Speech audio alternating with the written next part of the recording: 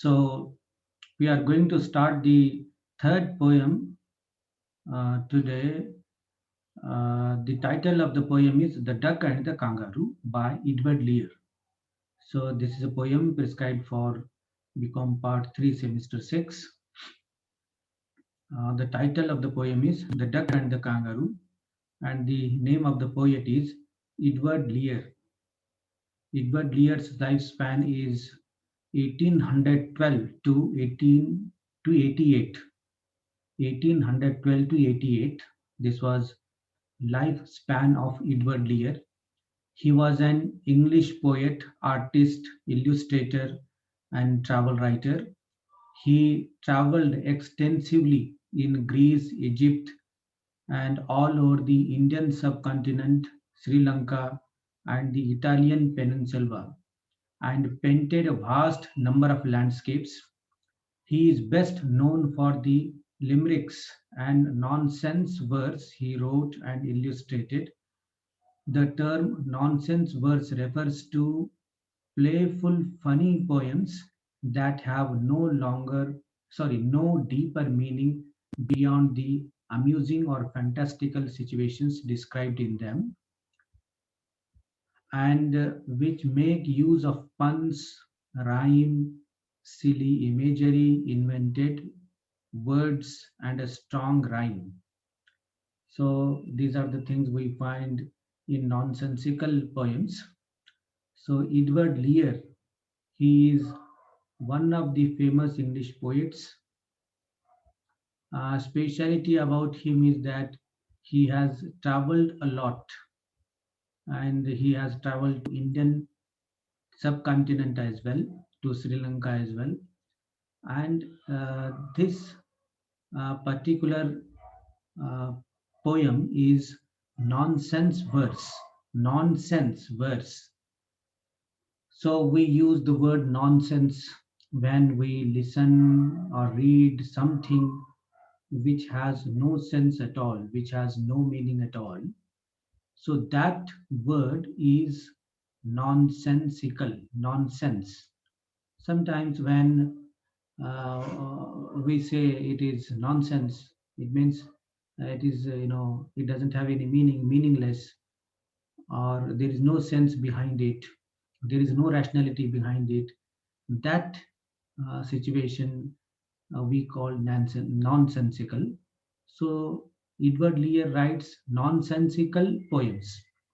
So nonsensical poems means, in these poems, very amusing, very fantastical situations are described, and the poet makes use of puns, rhyme, silly imagery, and some invented words. These are the things the poet uses in the poem. All those things we find in this poem. So, therefore, this poem is a nonsensical poem. Here, The Duck and the Kangaroo. This poem is about a duck who, bored with her limited life in a pond, envies a kangaroo who hoops around the world and wants to travel with him. The kangaroo is reluctant because the duck is cold and wet, and he fears that he will develop rheumatism if he carries her. The poem is a good example of nonsense verse. So we will read line by line and understand the poem, and we will come to know why this poem is called as nonsensical poem. Said the duck to the kangaroo, "Good gracious," said the duck to the kangaroo, "good gracious, how you hope over the fields and the water too, as if you never would stop. My life is a bore in this nasty pond, and I long to go out in the world beyond. I wish I could hope like you," said the duck to the kangaroo. So here, good gracious, this word is used to express strong emotions, spatially surprise. So said the duck to the kangaroo. Here we find two characters. One is duck and the another one is kangaroo. Duck and kangaroo. So hope that you understood. So the duck has to lead his or her life in the limited area, in the limited pond. The duck has to lead, and kangaroo can hop, means can jump. Kangaroo can jump and can move to any part of the world. So the life of the duck is limited, and the life of kangaroo is unlimited. This is what is the difference. So duck says to kangaroo, "Good gracious, how you hope." It is very surprising that you hope, you jump, you know, over the fields and the water too. The kangaroo can jump over the fields and the water also, as if you never would stop, and you never stop. You move continuously. On the other hand, the life of the duck is very limited, and the duck has to stay in the pond all the life. So the duck says, "My life is a bore in this nasty pond."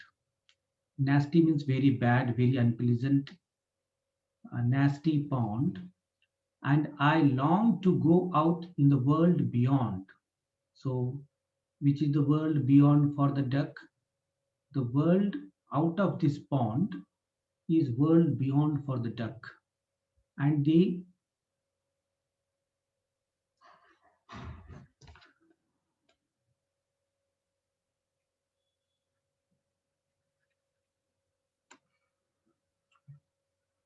and I long to go out in the world beyond.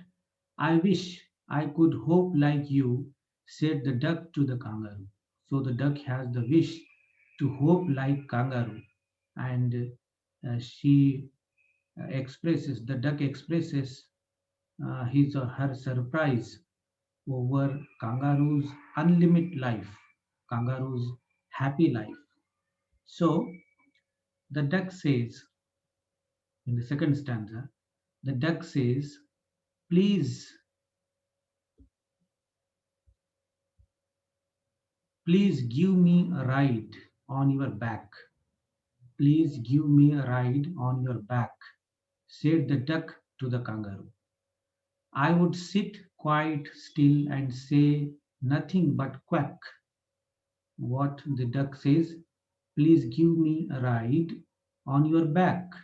So the duck wants to take a ride on the back of kangaroo, and she will not disturb the kangaroo, and the duck will just say quack quack. That is the sound which duck makes, and she will sit quietly and wander in the world. Then the whole of long day through, and we would go to the D and the Lee, ho Lee. So the D is an imaginary place here.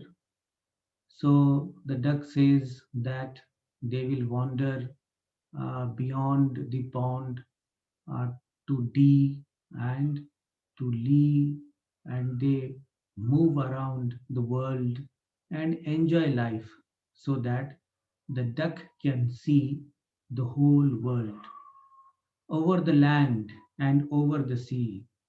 They will move over long lands which are far away and over the sea. "Please take me, please take me a tide, oh do," said the duck to the kangaroo.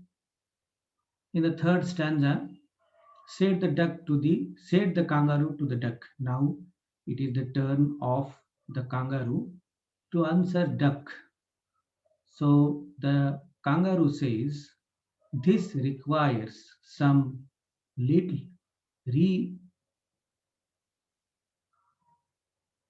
reflection." Sorry, this requires some little reflection. Reflection means thought.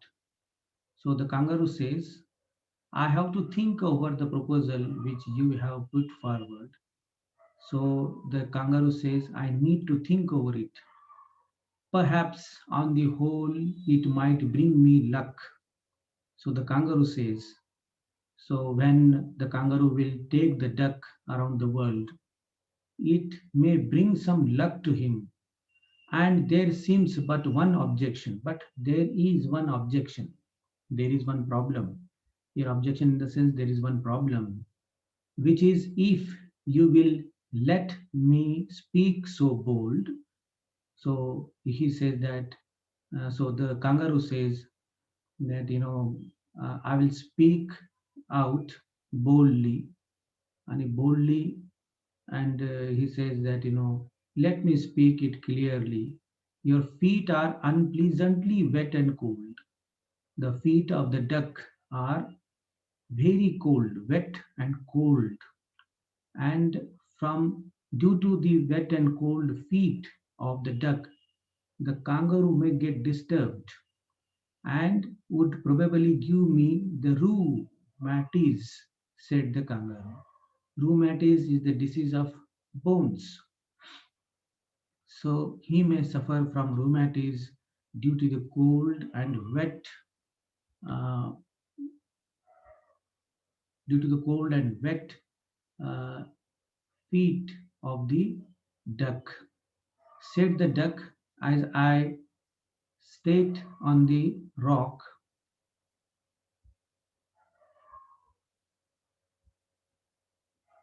said the duck, as I sat on the rocks, I have thought over that completely.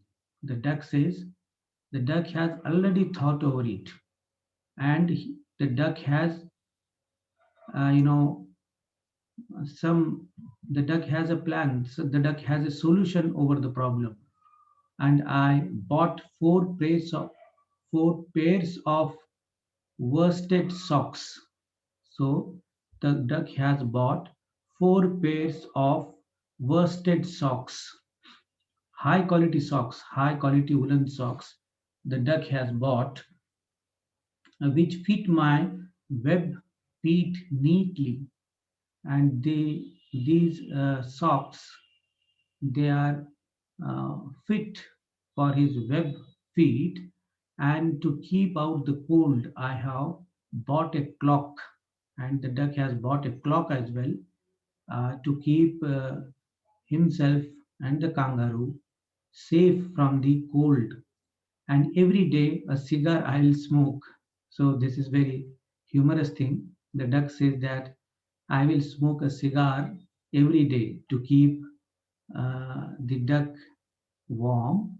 So all to follow my own dear true love of a kangaroo.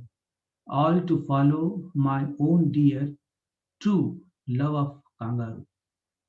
So this is the way to keep the kangaroo safe from the cold and wet body of the duck. Said the kangaroo, I am ready. Now kangaroo is ready. All in the moonlight pale, but to balance me well, dear duck, sit steady.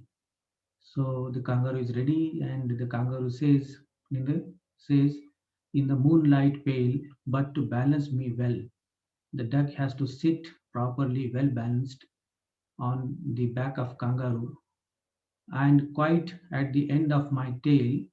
So away they went with a hop and a bound, and they hopped the whole world 3 times round. So they took round of the whole world 3 times, and who so happy, oh who, as the duck and the kangaroo. And the duck and the kangaroo were quite happy. So this was the poem. It is nonsensical poem, it is called, because it doesn't make any sense. So all the features of nonsensical poem we find in this poem of Edward Lee. So we find fantastical situations, imaginary situations. The kangaroo speaks, the duck also speaks a human language that is fantastical. and rhyming scheme is there, silly imagery is there, and some invented words are there, and rhyming scheme is also there. So this poem doesn't make much sense, but to read the poem is just an enjoyment. For that, the poem is prescribed to you so that you should come to know this genre as well. This is one of the types of poems.